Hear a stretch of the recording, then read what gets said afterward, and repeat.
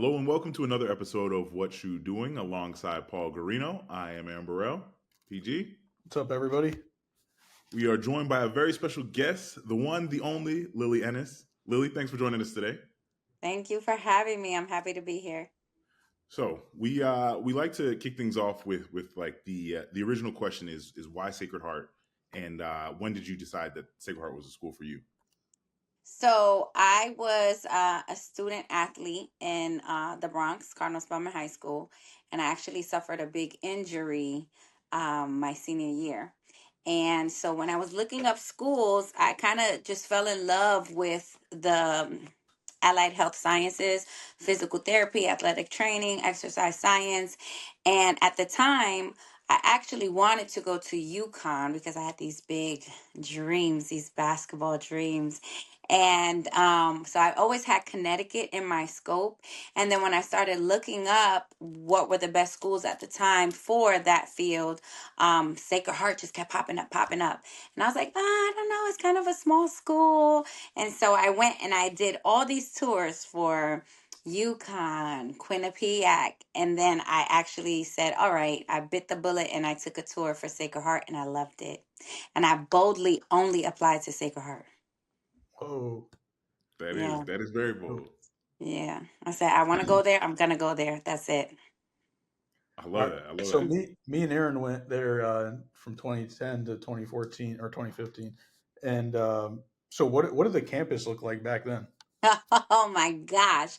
The campus has changed so much. You guys were very fortunate. I'm not saying we weren't fortunate, but let me see. There was no University Commons. They were just building up University Commons. That's crazy. Okay. Which even that it was only one building? There was one building. That Linda McMahon building was not there. That was an extension of the quad. The library was there. That chapel was not there at all. We had a teeny tiny chapel. What else? The Edgerton Center was there. That was like the big thing. And they had just opened up, what's the fitness center? The Pitt Center. The Pitt Center? Like that was like the aha, like the selling point. And they had just opened up East Hall my freshman year. And PG, remind me, East is Seton, right? East became Seton Hall. I don't even know. It's the one right on Park Ave across from, I think, the radio station. No? Oh no, that was Roncalli Hall when we were there. That was called Roncalli Hall. Okay. I don't wait, because it was South. There was South Hall, right? Already. Yeah, so there was Southwest. East was for sophomores, but it was opened up when on my freshman year. Like that was the first year that they premiered it. And I was like, oh my God, they have a cafeteria in the campus. So here's the thing. When we were touring at the time, Sacred Heart was that, okay? Because my brother at the time, he was looking into UB. And so when we did the tours there, their cafeteria was trash. Like it was so horrible. And he was suffering because I guess they only opened their cafeteria during morning hours from like 8 to 10. You got breakfast and then it closed until they opened again for lunch from 12 to 2. So if you got out of a class at 2:30, you had to wait till dinner time to eat. And I was like, oh, my school is not like that. You know, we have this, we have that, we have Flick. I don't know what it's called now. Oh yeah, okay. No, that's what we called it, but now they call it 63s. Okay. So it was called Flick, and it was so cool because you had all these options. I had never seen a sushi station before. So Sacred Heart was really that in comparison to the schools that I was looking at the time. They really were out there. And one thing I will say is that they haven't dropped the ball. They've been progressively just enhancing nonstop. Like, oh my God. When I tell people now that I attended Sacred Heart, they're like, gosh, I'm like, wait, it wasn't like that. But yes, I'm happy. That's cool. That's cool too. Because we always talk about it. We're like, because even since it was 11 years ago now that we graduated, and they put up 10 buildings since. So like we had a lot of stuff, but not as much stuff as there now. And then like we always talk about like our degrees. I feel like they look better and better. 100%. Yes, they do. But hold on, wait. Before I want to get back to something you said. Y'all had a sushi station? Yeah, so Flick, when you first walked in, you had the grill in front of you. Question: do we know if Vinny still works there? I don't know if he still works there, but I think he was working there when we were there. Vinny was that. Like Vinny who used to hook us up so like, oh my God, I loved it. Like they had the best workers at the time when I was there. So we had the grill station, we had a pasta station to the side, and then to the right, you walked in and they had a sushi station. Yeah. We That's didn't have no crazy. sushi, We didn't have all that. So Oh, listen, okay. y'all had something we didn't have. Yes. And then we had the marketplace right next door to Flick. Yeah. And I was just like, oh my God, we can buy sodas and snacks. But then when I left, that's when they implemented the SHU card and being able to use it at like Merritt Canteen and stuff like that. I'm like, That's crazy. Yeah. So we didn't touch on it yet, but what was your major, or like what did you end up majoring in once you got to Sacred Heart? physical therapy. Physical therapy. Hmm. Why physical therapy? Why was that the decision you wanted to make? So again, I suffered an injury my senior year of high school, and I kind of just fell in love with sports medicine as a whole. And they had the best sports med program, and the Pitt Center was like state of the art. But this is back in 2004, so 2000 to 2004 is when I attended, and it was like such a big deal. And they had all these programs, and their athletic teams were doing well for their specific conference. And so I said, you know what? I want to go here. And at the time, they also had, what is his name? Why am I drawing a blank? He was one of my favorite professors. Um, what's the gentleman that was the coach from the Mets? Bobby Valentine? Bobby Valentine and his brother, Gary Valentine, were professors there. I didn't know that. That's What? crazy. Yeah. And I said, oh, I'm in all the way. And so, yeah. That is crazy. Okay, so that's cool. That's cool. So, all right. So you get to school. You know, you're like athletic training is the thing that you decided you wanted to do. Let's go. Well, actually, PG, should we save some more of the shoe stuff for fun shoe? Because I know we like to get into some. Okay. 'Cause I love hearing about campus at this time. But all right, so let's go. So now graduation. So you graduate. Let's take us to the start of your post grad career. Where do you end up once you graduate from Sacred Heart? So there was an accelerated program that allowed me to get 2 degrees in the span of 7 years. I don't know if they Mhm. still have that program for allied health, but yeah, you got to concentrate on 2 or 3 allied healths and then graduate with those degrees. So yeah, that was it. But honestly, I didn't even finish because I got pregnant my senior year of college with my oldest son, who happens to be a popular DJ in the area. And can you tell us who your son is? DJ Bam Bam. Okay, okay, Yeah. that's what's So up. Bam, he has a couple of venues. He has a place in Orange now and a place downtown Bridgeport, and he's more so a tour DJ. So he's worked with several artists like A Boogie, what's the girl's name? Coi Leray, Lil Durk. So he's done a lot of that stuff, and so I actually got pregnant with him my senior year of college, and that was an interesting journey, but I actually walked with him on graduation. That's crazy. Does that Yeah, when you look back on that now, how does that feel? it feels great. I'm great that I'm happy that I took that I made the decision that I did. And honestly, campus ministry helped me a lot with that decision. Oh, really? That's dope. They were so instrumental in my college career, campus ministry. Hmm.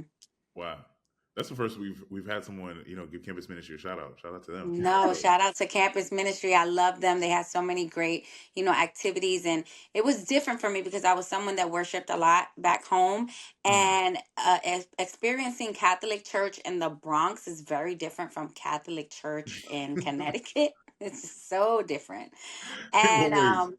I had a lot of culture shock when I came out here, but knowing the events that they threw on and just the fellowship and how their doors were always open and you can really come there and speak to any of the visiting priests at the time, and campus ministry got me through a lot. I was very happy with campus ministry. That's awesome. That's awesome. You talk about culture shock. I wanted to know about outside of what were some of the culture shocks moving from the Bronx to Connecticut. Ciao. Okay, so You know, in the Bronx, we're diverse. Like you have, so in my high school, you have the high school that I went to was very diverse. So we had blacks, Asians, Latinos, and at that table would everyone would intermingle. Like we didn't see really color, and I didn't understand color or difference or racism really until I got to college. Till I got to Connecticut, I will say. And I just didn't know what to expect. And then all of a sudden, because I'd never met people outside of New Yorkers, and I didn't know that I had an accent. I thought everybody else had the accent. I didn't know I had the accent. So here we are in our freshman cluster groups, and there's these people from like Kentucky. There's also international students, and we're all in these freshman groups, and everybody's like, "You have an accent." I'm like, "No, you talk weird." Like, what?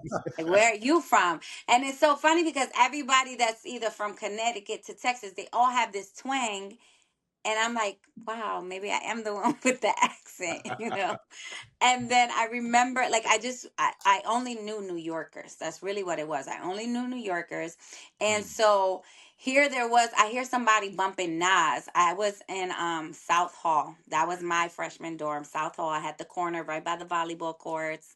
Like, second Okay. floor was lit. Everybody used to talk right outside my window, and it felt like home, right?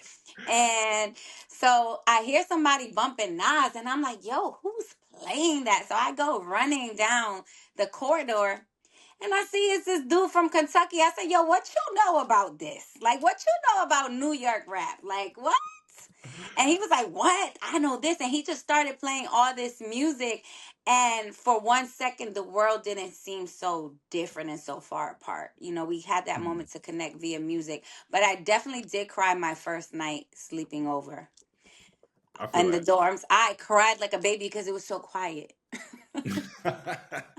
So I grew up as stereotypical South Bronx Highbridge, to be exact. Okay. My bedroom window was above the bodega. Got you. So yeah, you So used I'm to. used to the sirens, the music, dun, dun, dun, dun, dun, dun, dun, dun, dun. Like that's how I fell asleep. And so I'm used to noise, lights, and here I am, and my roommate didn't come the first night. So I was Okay. literally by myself in this dorm with strangers, and I heard crickets, and I was like, God, what am I doing here? And I started crying, and my mom was like, nope, you got to stick it out. It'll be fine. You'll meet friends. You're very social. You're a social butterfly. And I was like, yeah, but at night, there's nobody here. And I remember talking to my mom on the phone until I finally fell asleep. And yeah, I cried the first night. A lot of culture shock. What like? Did you have any internships while at SHU? I did. So I will say that Sacred Heart was super instrumental in placing their students either in internships or like Sacred Heart was really a great institution. I have to give it its utmost props. It's, to me, it was They're worth gonna have to every get you penny. on. They're gonna have to get you on a commercial. Yeah, facts. That's a fact. I mean my experience was stellar, if I'm gonna be completely honest. And so for my program, I remember them giving me an internship at Velocity Sports, which was in Westport at the time. I don't know if they're still open. And then from there I got an internship, I forgot, somewhere else, Griffin Hospital. And then from there I got an internship at Stanford Hospital, and they placed me upon graduation right away at the brand new Tully Center. They had just opened it. And so I got job placement like this. And then from there, I just kept attending certain networking events and stuff like that. And I ended up at Norwalk Hospital. I was featured in this big magazine for the programs I implemented while I was doing, prior to becoming a businesswoman, while I was working in my field. So, yeah. So yeah, I want to know like so what happened like what made you transition to the health field to entrepreneurship? Breast cancer. So I'm 18 years breast cancer free. I'm healed. God has been very good to me. He's been so gracious. And at the time that I was battling breast cancer, I was working for the hospital, and Norwalk Hospital at the time was doing a merger with another hospital. I forgot the name. And when they were doing that merger, they had this huge layoff because they were merging. And at the time, I was sick, and it's illegal for them to do that under the American Disabilities Act. So I'm not going to lie, I wasn't sad. I said, "Oh, they did something stupid. I'm about to sue them." So, I did, and that's when I was extremely humbled because my little lawyer money couldn't compete with their big hotshot lawyer money, and that's when I realized that it's not really what you know, but rather who you know. And I started to value my networks a lot more. But that's when I kind of had this desire and this hunger for money. I said, nobody's not ever going to play in my face again. Like, there's never going to be anything that I ever want that I can't afford, that I like. No, I need to turn it up, you know? And so I made a huge pivot in my career at the time. And I had my son because I graduated on time with my son. I didn't allow that to stop my studies. And so in the pursuit of all these ambitions that I wanted, I said, well, what are you good at? So I was managing him at the time. And shortly after they laid me off, like 2 weeks after that, we got an email that they wanted my son to do 2 weeks in Europe for the Nicki Minaj concert. And I was like, maybe I'm not supposed to be working in healthcare. Maybe it was for a season. It's what I was passionate about. I was very innovative. I implemented all these great programs. I got featured on News 12 and all these things for the works that I was doing in the hospitals. And I said, maybe it's time for a change. And I thought, well, what am I good at? And I'm really good at connecting people. I'm really good at offering resources. I'm really good at putting the work in. And people trust me because I'm very real about things. If it's trash, I'm going to tell you it's trash. Like, I don't just, no disrespect to you guys. I respect Paul so much. That's why I'm on this podcast. I just don't go on anyone's podcast, you know? And so in the midst of that, I developed the Lillie Ennis group. And I started my company, and then from there it was always about the next flip. Okay, you made 6 figures doing this. Okay, now what else? Okay, hit that 6 figures, took half of that, flipped it into the next thing. And since then I've been in industry after industry, you know, trucking industry, credit enhancement. I went on a book tour. I'm an author, a speaker, and now next month I'm opening up a restaurant in Bridgeport with one of my best friends. That's Oh, that's crazy. dope. What's the restaurant going to be called? Yeah, When can Braxton's. we pull up? Pull up. So it's gonna be in the new project, the Honey Locust spot on Stratford Ave, that big development that they're doing. And so it's gonna be an upscale smokehouse, so upscale barbecue. Okay. Yeah. All right. Say less. We will be there. We'll let you know as soon as the permits and everything clears. All In right. Jesus' name, we'll be able to open up, and I'll let you guys know so that you guys can come to the grand opening. Appreciate that. Sure. Nah, that's love. I also, in your bio, you said one of the most rewarding things that you did was open or build 2 basketball courts in Bridgeport. So what Yeah. was that feeling like? Oh, I get these ideas in my head. And the problem with me is that I don't look at things like such a big deal because it's just something that I'm passionate about. And I know that in the Bronx, playing basketball is what kept me from a lot of things. Basketball and books, being book smart, and then, street smart. And, basketball, I remember growing up and loving the game so much and literally kicking crack vials on the floor, but I was just focused on the courts. And I felt like we've gotten into this technology age where children are not going outside and playing enough. They're just behind these screens and they're not taught social interaction or survival skills or anything because they're constantly behind a screen. And then I thought to myself, well, what would make them want to go outside and play? And I realized that I love the city of Bridgeport, but aesthetically it's not nice. They push all the funding into either Trumbull, Shelton, or Fairfield. And I'm that little girl that grew up a rose out of concrete. And I said, you know what? I selected that specific location because right next to it was an abandoned Boys and Girls Club, which is now open back up, Wakeman Boys and Girls Club. So it's right there on Madison Avenue. Okay. And it's right next to Central, and then across from it is the jail. So I want it to be a reminder that every child that's on that court, it's either you can stay in school and stay on these courts, but if you don't and you make a bad decision, you're going to end up right across the street in that jail. And so, with the help of the community, I did some really cool fundraising events and came up with like $65,000 and gave it to the city of Bridgeport and said, we're going to build these courts for these children. So, it's 2 basketball courts. Yeah. That's dope. I passed by the one that's by the that you're talking about by the jail so many times. I had no idea. That's crazy that a Sacred Heart alums built that court. That's dope. Yeah. Yep. That's real dope. That's real Thank dope. you. Thank you. God Um, is good. all the time. Mm-hmm. PG, I think it's time For for your fun favorite show. segment. Yes, sir. See, she likes it. Maybe Okay. he doesn't like the What? title, but we I think we need never. to workshop the name a We were little thinking bit. of other ones, and then we never did. Okay. And But you what's kind of the already answered a question lot. again? But like I guess what was your favorite dorm? Hmm. My favorite dorm was Taft. Taft. Taft Okay. was off campus, right? It was Mhm. right next to Central High School, but it was one block. Taft made me feel like I was back home in the Bronx somewhat.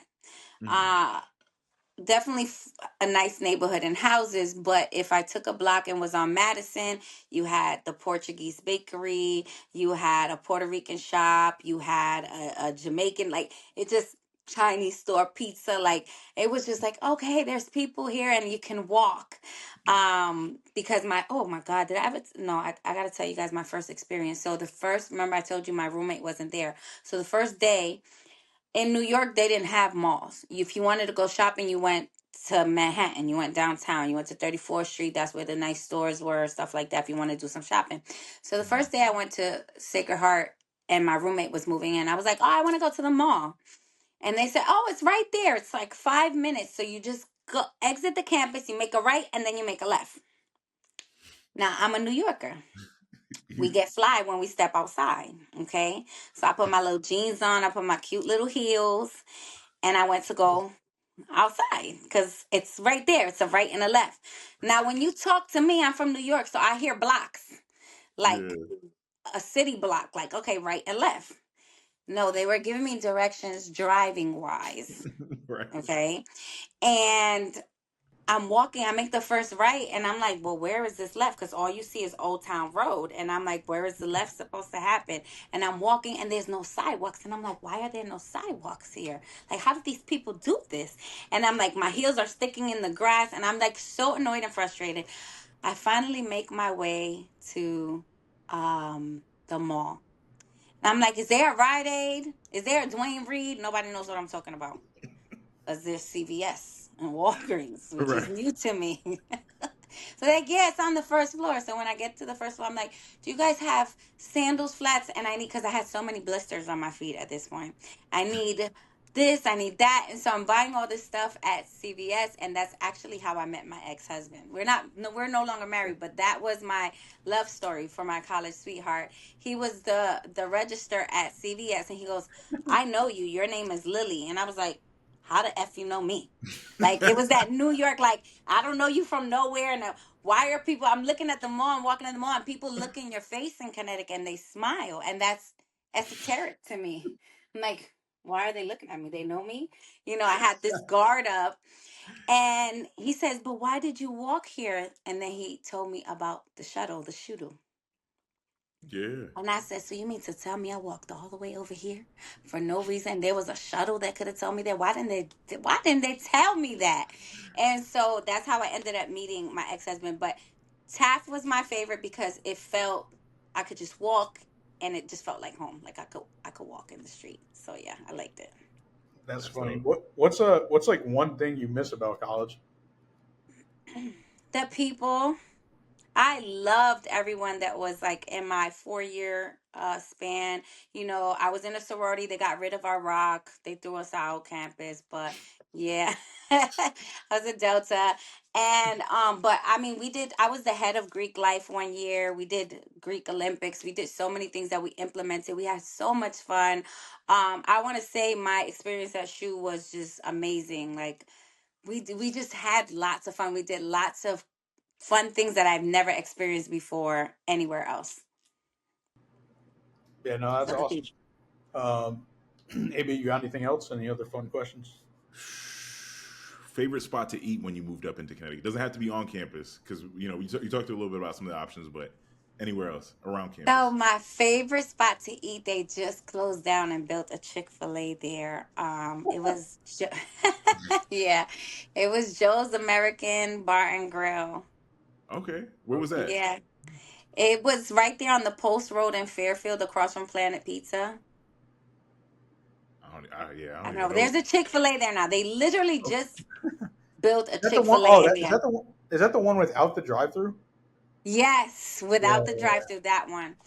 So that Gotcha. was Joe's American Bar and Grill, and I thought I was so grown and bougie, and it looked so like nice, but it was inexpensive. And I remember my ex-husband took me on our first date there, and he saved up so much money just to take me there. And I remember him showing he had like $400 bills, and then the bill came, and it was like $30. And he was like, "You want to do this again tomorrow?" And me, I was like, "Hell yeah, I want to come again tomorrow." And so we would just always eat there all the time. And then, it was just it was a place that I guess because it was my first really big restaurant in Connecticut, I just always went back. It became like a home. That's the Yeah. yeah. Nah, I feel that. I feel that. Wherever you go first is always gonna feel like home. Yeah. Nah, it was Lillie. We appreciate your time. Before we get out of here, can you let the people know where to find you? So I have a website, www.thelilliennisgroup.com. But here's the thing, you got to spell my name right. Okay, so it's Lillie, and then my last name is Ennis. So you can find me on my website. On Facebook, I'm Lillie Ennis. And on Instagram, TikTok, and all other socials, I'm First Lady Lillie. All right, that's dope. Lillie, we appreciate your time. This has been a Thank pleasure. you. We definitely can't wait to come to your restaurant when it opens. Yes. And yeah, we appreciate your time. This has been another Thank episode of What You you. Doing. We'll see y'all next time. Bye. Peace out.